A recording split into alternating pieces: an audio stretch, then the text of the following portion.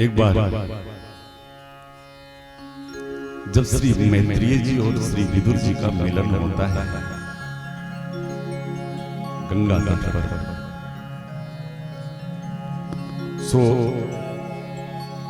तब विदुर जी महाराज ने इस लोक कल्याण के लिए एक बड़ा सुंदर प्रश्न किया मैत्रेय जी से।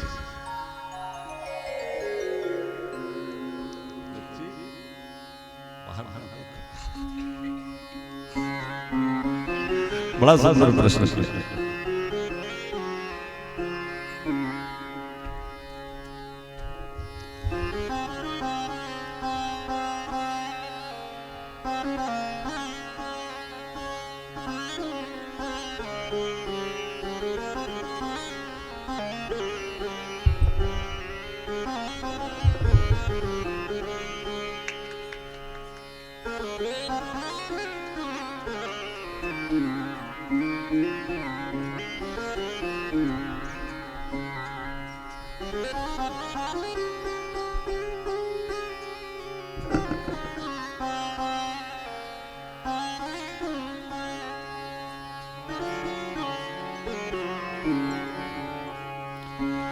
कि सुखाय कर्मणि करोति लोको। बड़ा ही सुंदर प्रश्न है हमारे जीवन में, सभी बहुत ध्यान से सुनिए, क्योंकि इस चराचर जगत में ऐसा कोई जीव है ही नहीं कि जो सुख की चाहत न रखता, और चाहत ही नहीं रखता है, सुख पाने का प्रयत्न भी करता है।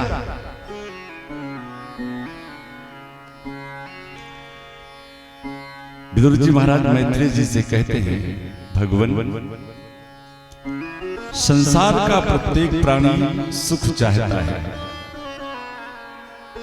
सुखाय कर्माणि करोति लोको, और केवल सुख चाहता ही नहीं है, अपितु न तई सुखम वार दुपारुम, उस सुख को पाने का प्रयत्न भी करता है, पर विडंबना है।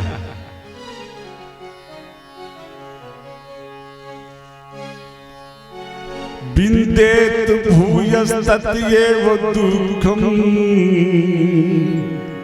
यदत्र युक्तं भगवान वदेन। बड़ा सुंदर प्रश्न है हम सभी के लिए। चराचर जगत का प्राणी सुख चाह रहा है, प्रयत्न भी कर रहा है, लेकिन विडंबना है, वो ज्यों-ज्यों सुख पाने का प्रयत्न करता जा रहा है, त्यों-त्यों और दुख के दलदल में धंसता चला जा रहा है। छोटी सी झोपड़ी थी, कामना करते करते महाराज राजाओं जैसा साम्राज्य स्थापित कर लिया, और फिर किसी ने पूछा कि महाराज अब तो आप खूब सुखी हो गए होंगे, तो शायद यही कहना पड़ता है कि महाराज इससे अच्छा तो पहले ही थे, अब तो नींद की 10-10 गोलियां खानी पड़ती है, फिर नींद आता।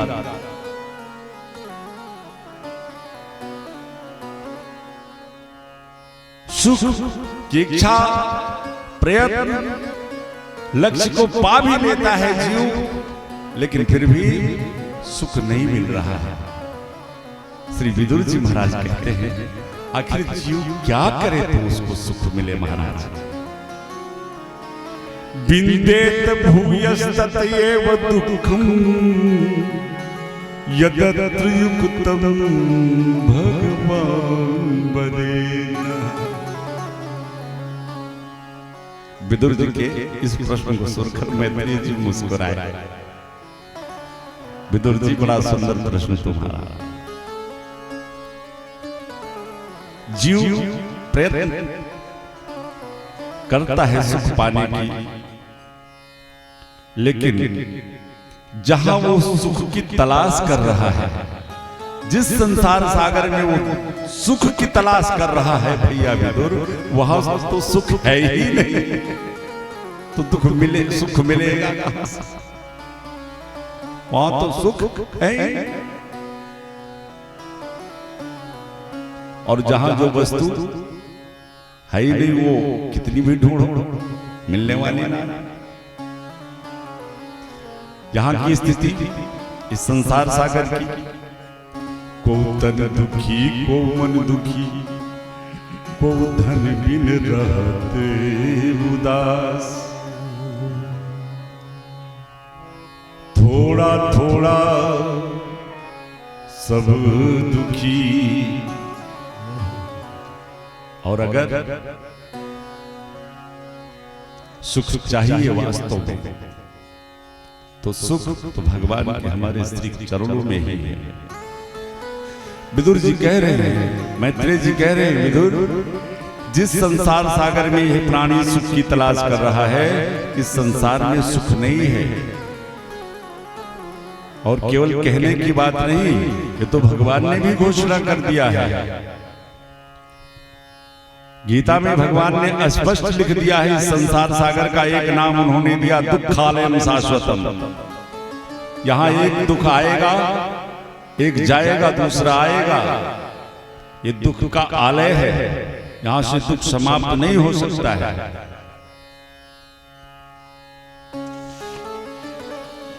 तो अगर वास्तव में सुख की तलाश करनी है, सुख की चाहत है, तो हमें अपने आप को पहचानना पड़ेगा।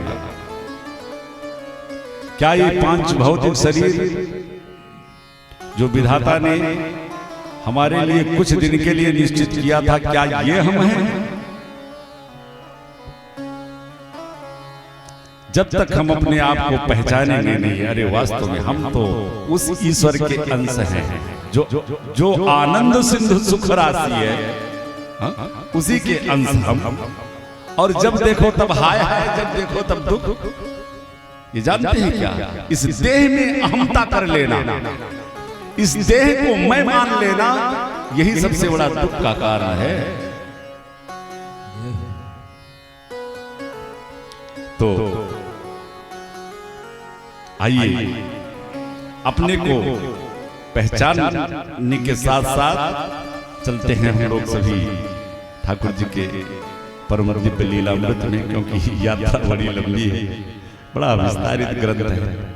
मैंने बताया था ना कि न सकते विस्तरतुम वक्तुम वर्ष सतैर। कोई विस्तार से भागवत कथा कहना चाहे तो 100 वर्ष भी कम पड़ जाएंगे। लेकिन जो भी ठाकुर जी जिस मार्ग से ले चल रहे हैं, बड़ी कृपा उनकी है। खूब भाव से आइए हम सभी चले। श्री राधे राधे गोविंद गोविंद, राधे राधे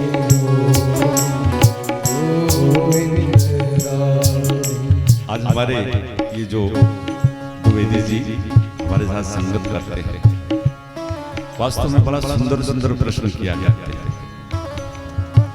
कल एक प्रश्न किया था, लेकिन आज एक प्रश्न उन्होंने बड़ा सुंदर किया।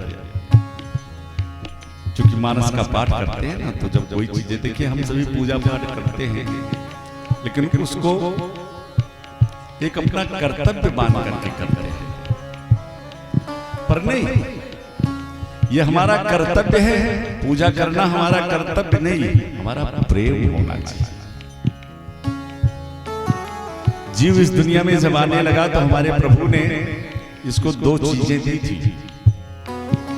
एक मुट्ठी में प्रेम दिया था, एक मुट्ठी में कर्तव्य दिया था। कहा बेटा कर्तव्य तो दुनिया वालों के साथ करना है, लेकिन ये जो प्रेम है ना, ये पूरा का पूरा मेरे लिए मुट्ठी बंद रखना। और जिस दिन जो प्रेम, जितना प्रेम मैं तुझको देके भेज रहा हूं, ये पूरा का पूरा मेरे चरणों में समर्पित करेगा, उस दिन फिर तेरी मेरी दूरी समाप्त। पर विडंबना है, यहां आने के बाद में हमने उल्टा कर दिया। कर्तव्य करने लगे भगवान के साथ, अरे भाई ब्राह्मण है, सनातन धर्म में जन्म हुआ है, लोग दुनिया जाती है, हमें भी मंदिर जाना चाहिए, मेरा कर्तव्य है। कर्तव्य से मंदिर मत जाओ, प्रेम से मंदिर जाओ। ठाकुर जी आपके कर्तव्य से कोई लेना देना नहीं है। बड़ी अपार खुशी होती है। ठाकुर जी ने 3 बहनों का अकेला भाई बनाया और सच बताओ इतना अगाध प्रेम हमारे लाला से हमारी समस्त बहनों का है। भागवत का निरंतर पाठ चलता है। ये जब उनकी कृपा होती है, सोई जाने जेहि जनाए। अभी तो जीव जानने का कितना प्रयास करता रहे, जानत तुम्हें हो।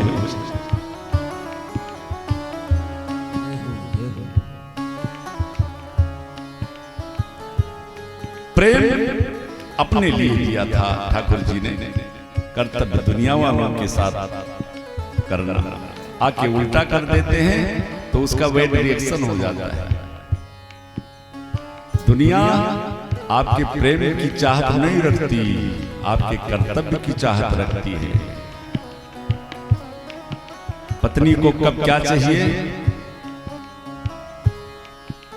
परिवार में किस सदस्य के साथ हमें कैसा कर्तव्य करना है, कब किसी किस चीज की आवश्यकता है, उसे हम पूर्ण करते रहें तो प्रेम उनसे करो चाहे ना करो, वो सभी खुश रहेंगे।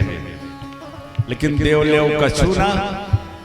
अब अगर पिताजी कहें बेटा दवा ले आओ जा करके बस्ती से, और पिताजी इतना प्रेम है कि हम एक क्षण आपको छोड़ के नहीं जा पाएंगे, हम नहीं जाएंगे दवा लाने। हाँ, पिताजी कहेंगे जाओ तुम्हारा प्रेम जाए भाड़ में। अरे वो मेरा हरि ही ऐसा है कि जिस वस्तु की दुनिया को जरूरत नहीं है, उन्होंने वही तो मांगा, वही दे दो मुझे।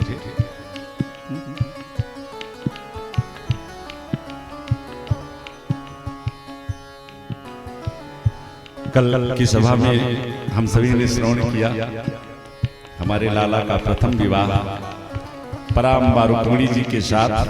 चूंकि द्वारिका शापित है कि यहाँ कोई विवाह कार्य नहीं संपन्न हो सकता, इसलिए प्रथम विवाह माधोपुर में बड़े सुंदर विधि विधान से संपन्न हुआ। श्री सुखदेव जी महाराज परीक्षित से कहते हैं, राजन एक बड़े आश्चर्य की बात। वो क्या महाराज? कहा जो दूसरा विवाह आपके लाडले कृष्ण का हुआ वो एक रीछ कन्या से हुआ, एक भालू की कन्या से। महाराज परिचित चौंके, महाराज वो कैसे, जरा विस्तार से सुनाओ हमें। तब श्री सुखदेव जी महाराज कहते हैं, राजन एक बार एक सत्राजित नाम का राजा था, जिसने सूर्य भगवान की आराधना करके एक बड़ी सुंदर मणि प्राप्त की, जिसका नाम है श्यामंतक मणि।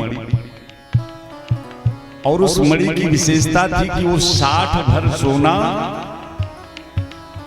रोज प्रदान करती थी।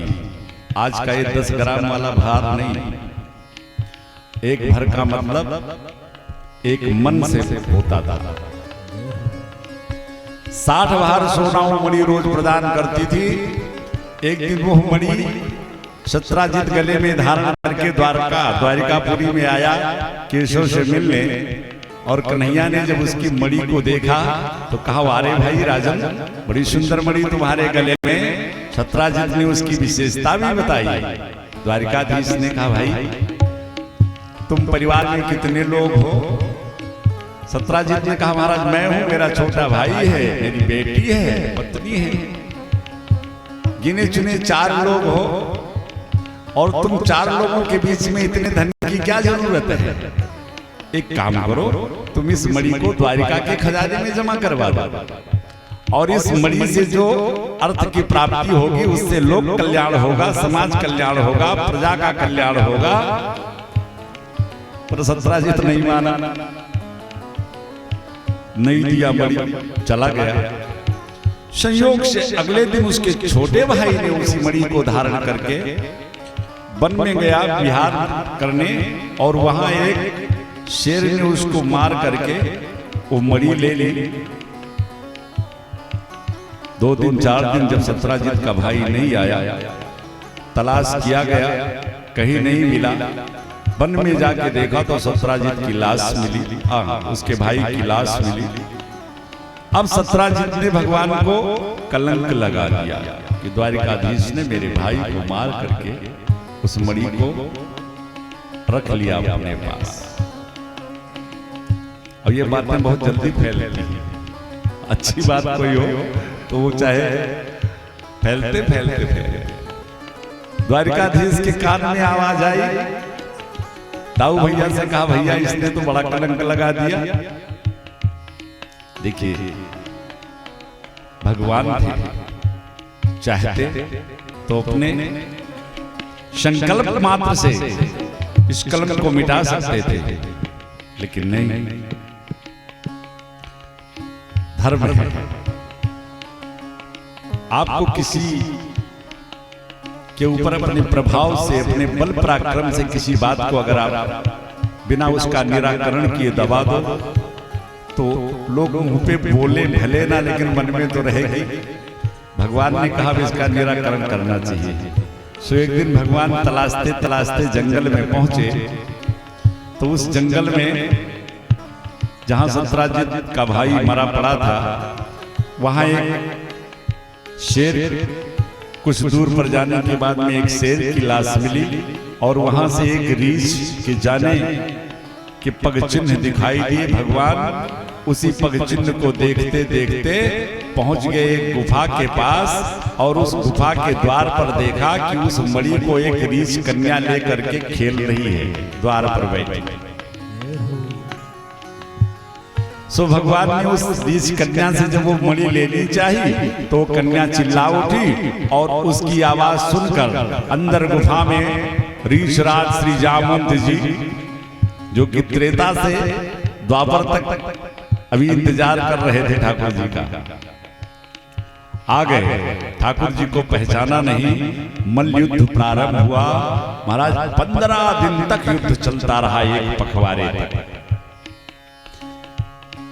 15 दिन के बाद जब भगवान ने पकड़ के कस के और धरती पे रगड़ा, तब जामवंत जी बोल उठे, जय हो श्री राम राजा सरकार की। ओहो मेरे सरकार अपने अवतार ले लिया। क्योंकि त्रेता में रावण और प्रभु श्री राम के उस युद्ध में बड़ी लड़ाइयां जामवंत जी ने लड़ी, और अंत में जब अयोध्या आए और सभी अपने अपने घर को जाने लगे, तो जामवंत जी ने भगवान से एक ही बात मांगी थी कि सरकार लड़ने से पेट भरा नहीं। तो भगवान ने कहा चलो द्वापर में मैं आऊंगा तो स्वयं तुमसे युद्ध करूंगा। पहचान लिया श्री जामवंत जी। ओहो ये तो मेरे श्री राम राजा सरकार, चरणों में प्रणाम किया। सरकार क्या आदेश है इस दास को। अरे भाई इस मणि के कारण मुझको कलंक लगा हुआ है। जामवंत जी ने कहा सरकार अब ये मणि तो मैं आपको नहीं दे सकता, क्योंकि इसको तो मैंने अपनी कन्या को पहले ही दान कर दिया। हाँ एक युक्ति हो सकती है, एक जुगाड़ हो सकता है, मेरी कन्या को मैं आपको समर्पित कर दूं, तो कन्या जब समर्पित हो जाएगी तो कन्या के साथ मणि तो आपके साथ ऐसे चली जाएगी। सो भगवान ने जामवंत की पुत्री श्री जामवंती जी को वर्ण किया, द्वारिका लेकर के आए, सुंदर से पालकी में सजा करके खूब बढ़िया बाहर से पराम्बार बूढ़ी जी सोने की थाली लेकर के धूप दीप आरती करने के लिए आई। भगवान ने कहा रुक्मिणी जी तुमने बड़े एकादशी के व्रत कर रखे हैं, मेरी इच्छा है कि इस अपनी छोटी बहन को तुम अपने 11 एकादशी का फल पहले प्रदान कर दो, मुख दिखाई तब इसका मुखड़ा देखो। वारे मेरे कन्हैया उस एकादशी का फल जामुंती जी को प्रदान करवा दिया। और जब जामुंती जी उस पालकी से निकली तो परांबा रुक्मिणी जी और माता जामुंती जी एक ही स्वरूप की दिखाई पड़ती थी। कभी कभी तो दोनों के बच्चे समझ नहीं पाते थे कि मेरी मैया कौन है और परांबा रुक्मिणी जी कौन है। धन्य है एकादशी व्रत। अगले दिन सत्राजित को बुला करके भगवान ने वो मणि सौंपी, ले अपनी मणि, तेरे भाई को शेर ने मारा, उससे रीछ ने इस मणि को प्राप्त किया। पूरी घटना भगवान ने बता दी। सत्राजित बेचारा बड़ा लज्जित हुआ। अब तो समाज में बड़ी थूका फजीहत हुई सत्राजित की। देखो देखो, भगवान को कलंक लगा रहा था, द्वारिकाधीश को कलंक लगा रहा था। अगले दिन महाराज सत्राजित पहुंचे भगवान के पास। सरकार, दुनिया में अब मैं कलंकित हो रहा हूं, आपकी शरण में हूं, आपकी कृपा हो जाए तो दुनिया में मुझे भी सम्मान मिल जाए। क्या करूं? महाराज मेरी बेटी है, उसको आप स्वीकार कर लीजिए। कन्हैया ने कहा कोई बात नहीं। तो तीसरा विवाह सत्राजित की बेटी के साथ होता है, जिसका नाम है सत्यभामा।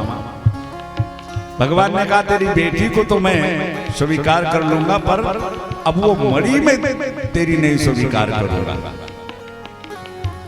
सत्राजित ने कहा महाराज मैंने संकल्प कर दिया है। तो कहा तो एक काम कर, अब इस मणि को रख तू। और उस मणि की विशेषता थी कि 3 घंटे कम से कम उसका पूजन रोज होता था। इस मणि को रख अपने पास तू, और इसका पूजन, इसकी रख रखाव की व्यवस्था तेरे जिम्मे है। और इससे जो सोना प्रकट हो वो रोज द्वारिका के खजाने में जमा करवा दिया कर। एक ड्यूटी और लगाई गई। इसीलिए भगवान के समस्त राज्यों में श्री सत्यभामा जी जो हैं, इनका ठाट कुछ और रहता है। थोड़ा सा ये जल्दी नाराज हो जाती है, भगवान इनसे थोड़ा सा दब के रहते हैं। कारण जानते हैं? अरे भाई 60 भर सोना रोज मायके से आता है।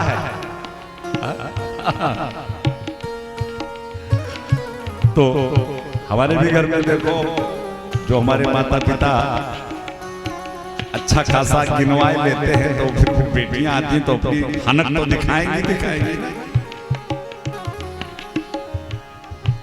चौथा विवाह देवी कालिंदी यमुना से हमारे कृष्ण कन्हैया का होता है। एक बार अर्जुन के साथ हमारे कन्हैया रथ में बैठ करके निकले तो यमुना तट पर देखा एक देवी जी बैठी तपस्या कर रही हैं।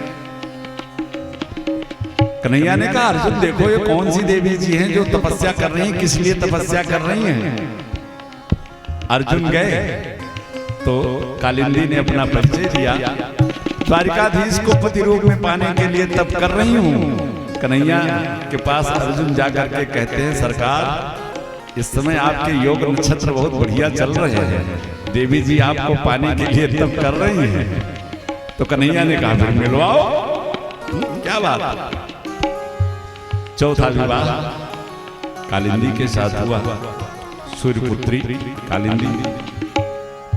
पांचवा मित्रवृंदा, छठवां नग्नजिति, सातवां भद्रा, आठवां लक्ष्मणा के साथ हुआ। इस तरह से तो भगवान के 8 विवाह हुए।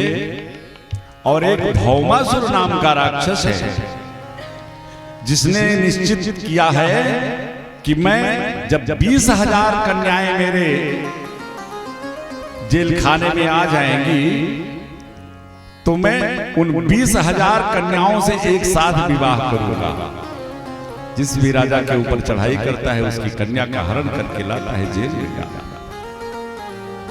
एक दिन नारद जी पहुंच गए द्वारिकाधीश के पास। सरकार बहुत से भक्त आपके जेल में पड़े, आपकी प्रतीक्षा कर रहे हैं।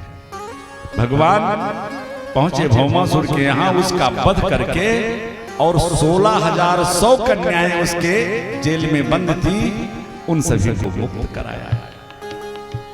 सभी ने हाथ जोड़ा, चरणों में प्रणाम किया। भगवान ने कहा देवियों आज से तुम सभी मुक्त हो। उन देवियों ने कहा, सरकार इतने दिनों से इस राक्षस ने अपने जेल में मुझे बंद कर रखा, अब ना तो मुझे घर में कोई स्वीकार करने वाला है, और इस दुनिया में कौन ऐसा होगा कि जो मुझे पत्नी रूप में मेरा वर्णन करेगा। भगवान ने कहा, अच्छा ऐसी बात है, तो अगर तुम लोगों को उचित लगे तो हम तुम सभी को स्वीकार करने को तैयार हैं।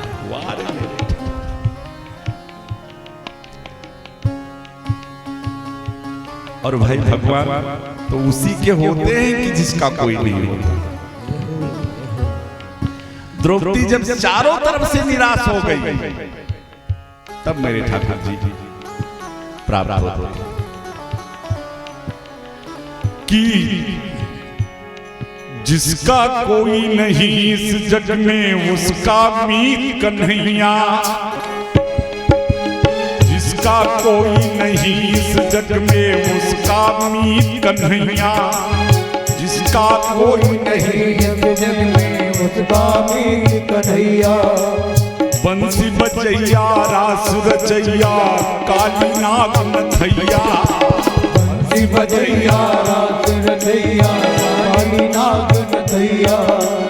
जिसका कोई नहीं इस जग में उसका मीत कन्हैया, बंसी बजैया रास रचैया काली नाग नथैया। राजा हो या दीन दुखारी, राजा हो या दीन दुखारी, सबका तू रखवाला। मुरलीधर गोपाला घनश्याम नंद के लाला, मुरलीधर गोपाला घनश्याम नंद का लाला। जय गोविंदा गोपाला, जय गोविंदा गोपाला, मनमोहन श्याम कन्हैया।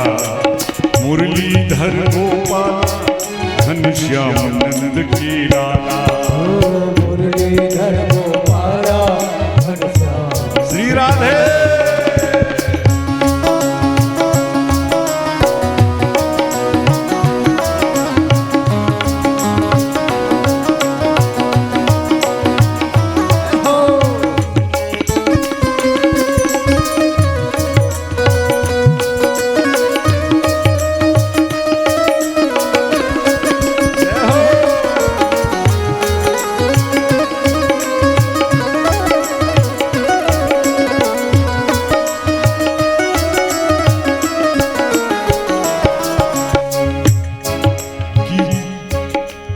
जगपालक तुम रास रचैया गोवर्धन गिरधारी,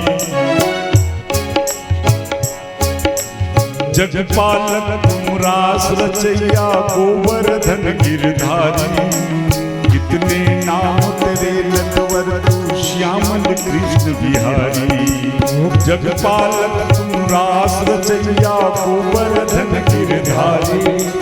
कितने नाम तेरे नटवर तू श्यामल कृष्ण। राजा हो या दीन दुखारी, राजा हो या दीन दुखारी, सबका तू रखवाला। मुरलीधर गोपाला घनश्याम नंद के लाला, मुरलीधर गोपाला घनश्याम नंद के लाला। गोविंदा गोपाला मनमोहन श्याम कन्हैया। मुरलीधर गोपाला घनश्याम नंद के लाला, मुरलीधर गोपाला घनश्याम नंद के राधे।